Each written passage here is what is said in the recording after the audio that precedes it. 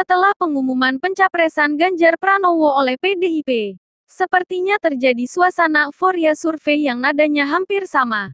Selalu menempatkan Ganjar pada posisi teratas, Prabowo di posisi kedua, dan tentu saja Anies selalu ditempatkan pada posisi ketiga.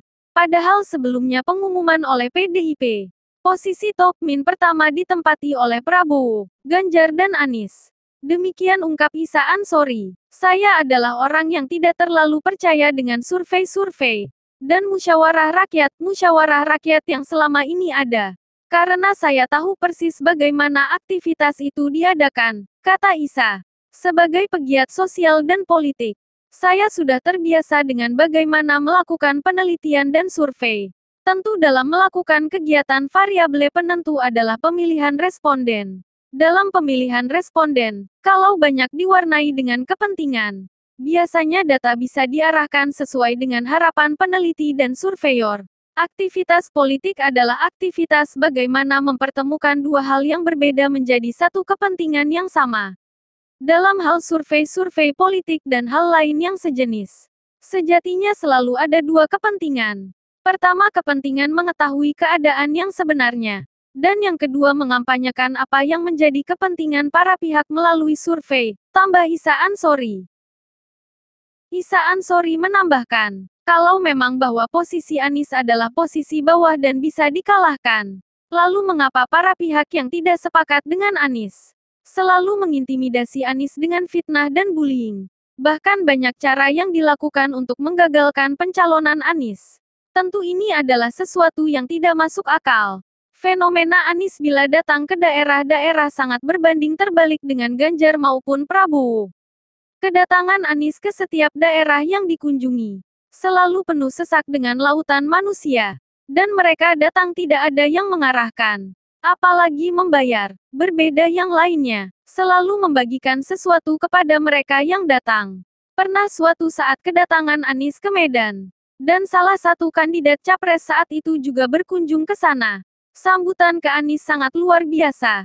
Dan anehnya dalam sambutan kedatangan Anies, ada beberapa abang becak yang hadir dengan simbol-simbol salah satu capres. Ketika ditanya, abang becak itu menjawab bahwa kami datang ke salah satu capres itu karena kami harus ambil sembako dan uang. Hati kami tetap dengan Pak Anies. Hal yang sama, tambah Isa Ansori. Surabaya yang katanya kandang banteng, keterterimaan Anies rendah. Faktanya ketika Anies hadir ke Surabaya, sambutannya luar biasa. Ribuan orang datang menjemput Anies. Fakta lapangan itulah yang kemudian menjadi pembanding dari survei-survei yang selalu mendowngrade Anies, ujar Isa Ansori.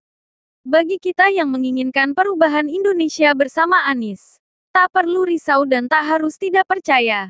Cukup informasi survei dijadikan sebagai penyemangat agar kita tak abai menyiapkan instrumen pemenangan Anies. Saya yakin sejatinya hasil survei-survei menggambarkan bahwa Anies adalah calon potensial yang akan menjadi presiden di 2024, kata Isa penuh kepastian. Kalau toh sekarang pasca pengumuman Ganjar, dibarengi dengan survei dan publikasi media partisan, maka sesungguhnya itu tidak sebenarnya.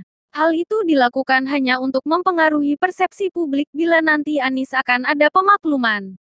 Publikasi dan survei yang melemahkan tentu akan semakin masif dilakukan. Yakinlah hasil yang jujur dari survei adalah Anies adalah calon potensial yang akan menang. Bagi relawan Anies menjadi sesuatu yang penting. Terus-menerus mengkampanyekan Anies agar popularitas dan elektabilitas Anies semakin kuat. Percayalah bahwa Anies adalah calon yang unggul di dalam survei-survei mereka. Tapi karena kepentingan itulah, Anies selalu dikalahkan.